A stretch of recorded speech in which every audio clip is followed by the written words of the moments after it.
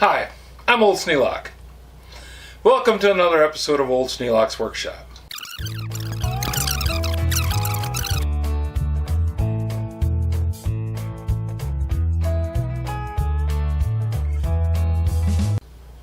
This is something that you guys asked for, and I kind of enjoy it myself. I'm going to tell you a couple of stories. Let's see. We'll go with an interesting one. Back when I was in high school,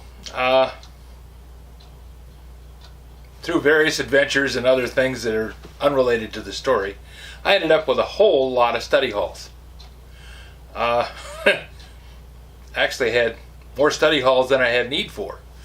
So, in my senior year, I said, you know what? Instead of taking all these study halls, I'm going to take classes. So I signed up for shop classes. Did you know that shop classes at the time were the only ones that you could just enter into randomly? Yeah, you didn't have to have a prerequisite. You didn't have to have some kind of certification or anything. You just said, I want to take shop class. Well, I'd already taken shop class every year. So that meant in my senior year I had 2 shop classes. Kind of cool.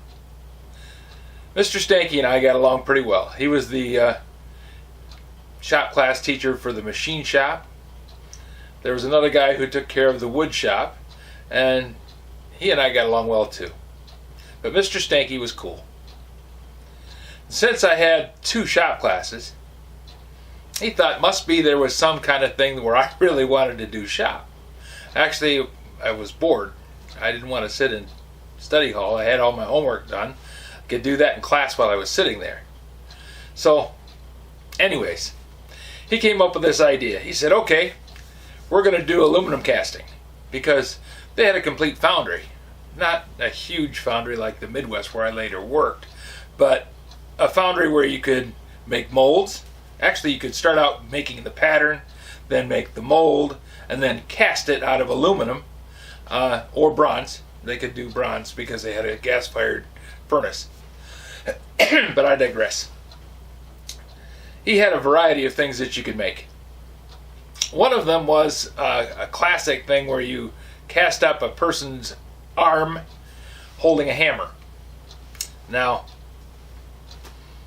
I don't know if there's any symbolism to it, but that was a popular one. And Mr. Stanky was the model for most of them. So I thought, really not the thing I want to do.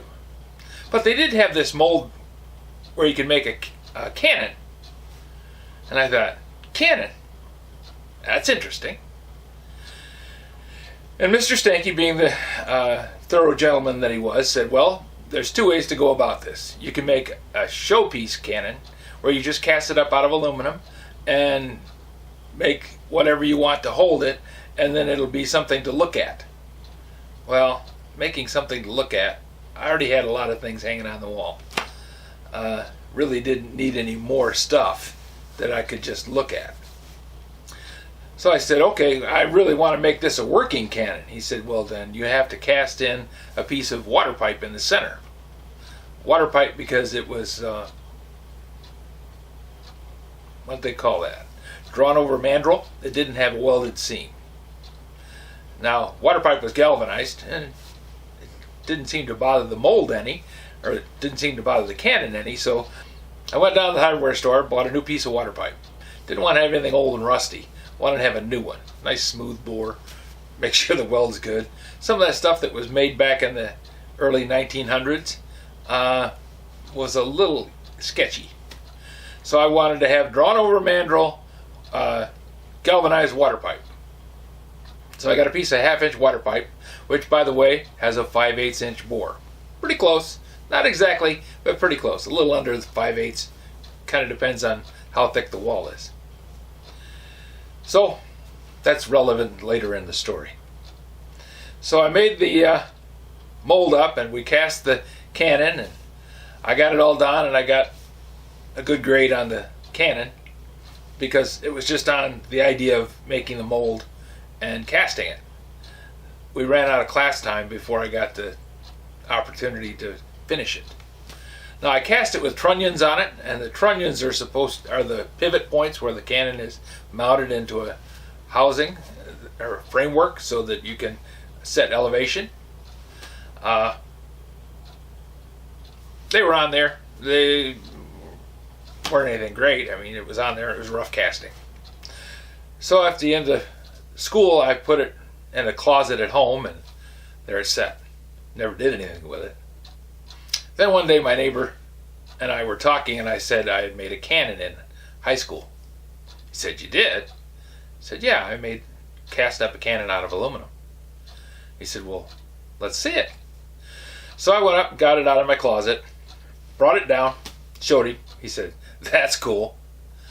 Well, we had a lathe out in the workshop, so we took the cannon, put it on the lathe, and chucked up the pipe, and the cannon was actually centered pretty good on the pipe, so we were able to turn it. So we decided to cut the trunnions off because the trunnions didn't look like they were going to be anything that we could machine with what we had. So we just cut them off, and we turned the cannon into a round cylinder and put the taper on it and a muzzle, and cut off the pipe and chamfered the end and made it look really nice. And I said, "That's cool." He said, "Do you want to fire it?" I said, "Well, of course." So we drilled a touch hole in it. Because I had threaded the pipe and put a 1/2-inch cap on the end of it to seal off the end of the bore, we drilled an 1/8-inch hole down through the side of the cannon, through the cap, and into the bore of the cannon. This is something I had no idea what I was doing, but my neighbor did, so we went along with it. He came home the next day with a 1-pound can of black gunpowder, and it was fine black gunpowder, which is pistol grade.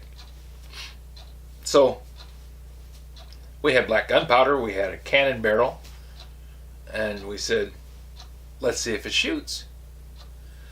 So we took it out in his garage, and he said, "Well, we're going to have to load it with something, otherwise it'll just kind of poof, because there won't be anything to hold the gunpowder in."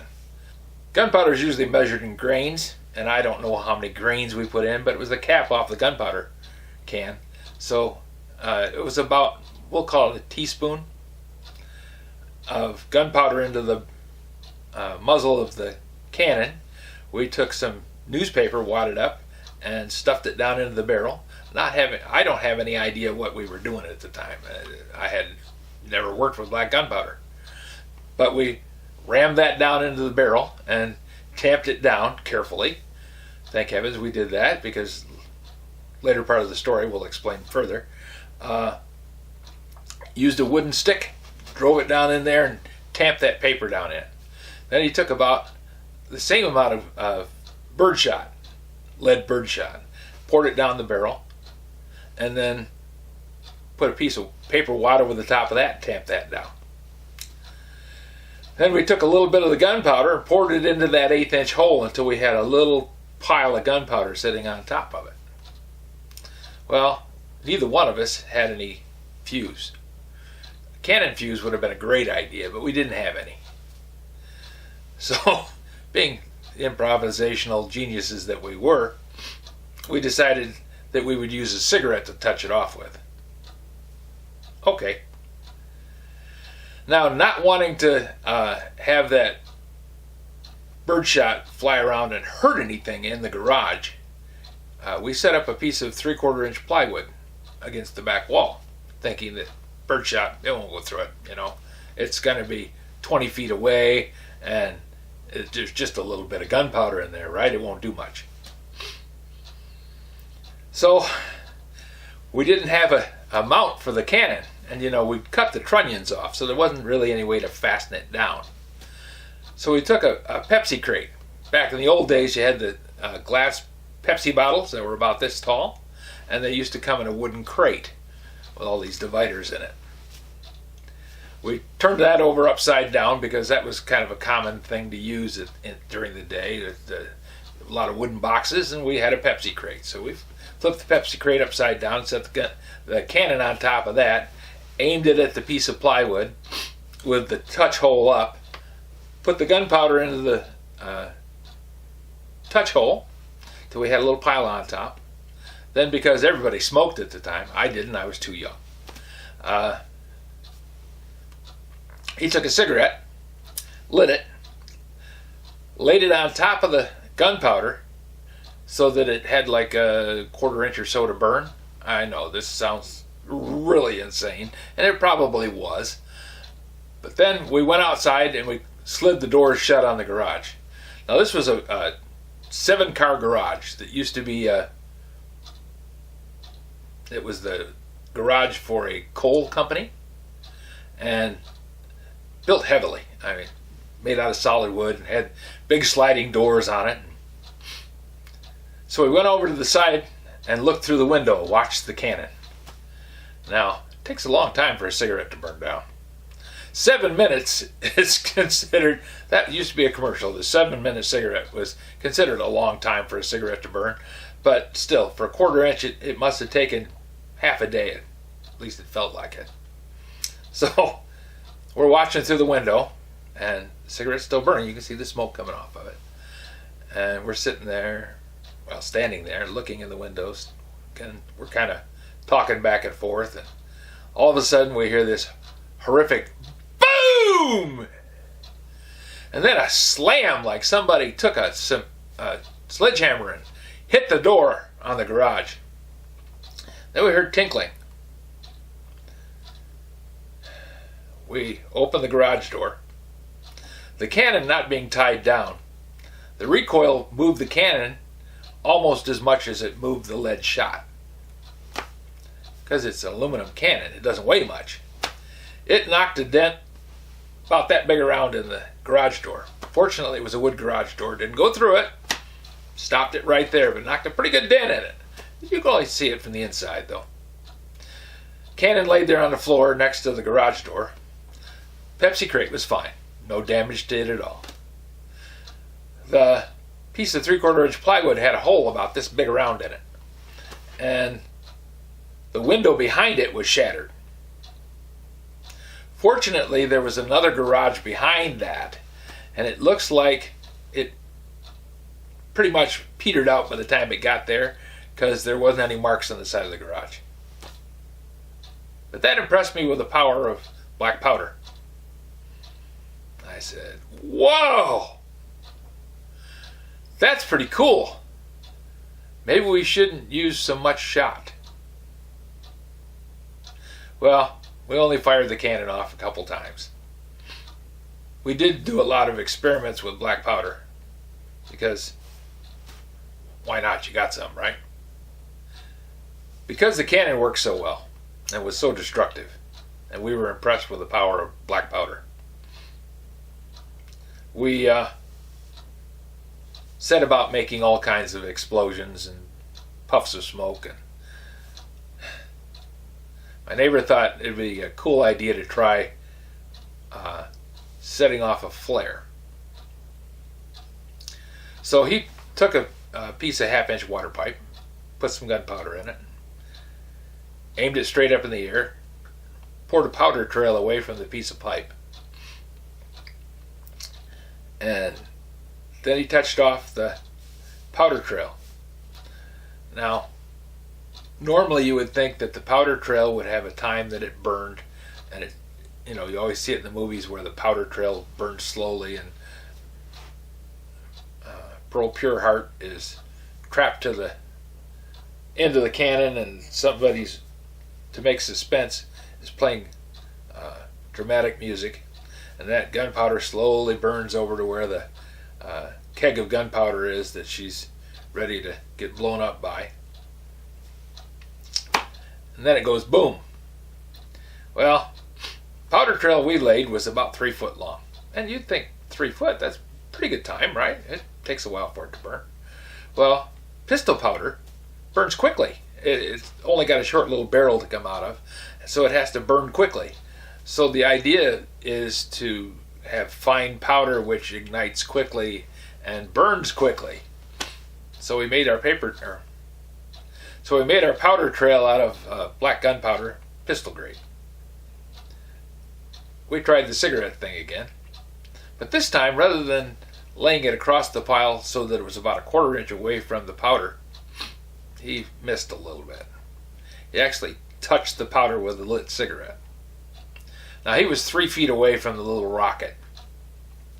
But when he was pouring out the powder to make the powder trail, it wasn't exactly a perfectly sized powder trail. 3 feet long and about 1/2 inch wide, in some spots maybe an inch. Well, he just happened to be over the end of it where there was a pretty good pile. So when he touched the cigarette to the pile of powder, it all went up. I mean, the whole trail and the flare went up immediately. Poof! No big boom, just a lot of smoke and pretty good amount of fire.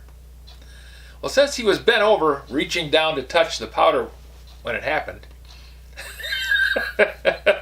he looked like Wile E. Coyote. He burned off both eyebrows and his hair. Which, he didn't have a lot of hair. He had more hair than I do now, but had a widow's peak, which was immediately turned into a vanishing act. So, once again, we learned that powder was pretty powerful. And that was the last time we tried making a flare. So anyways,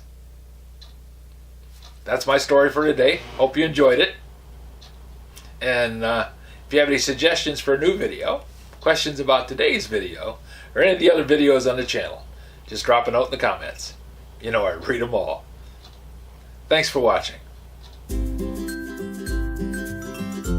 This video is not to be viewed by anyone under the age of 13 in the U.S. or 16 in the European Union, without the express written permission of the parents or legal guardians of the underage person. Such written permission must be on file at the local government entity in charge of enforcing the rules and regulations established by the FTC. Anyone violating these terms is admitting by default that they hold harmless the owners and operators of this channel. Any and all questions should be addressed to your local branch of the FTC.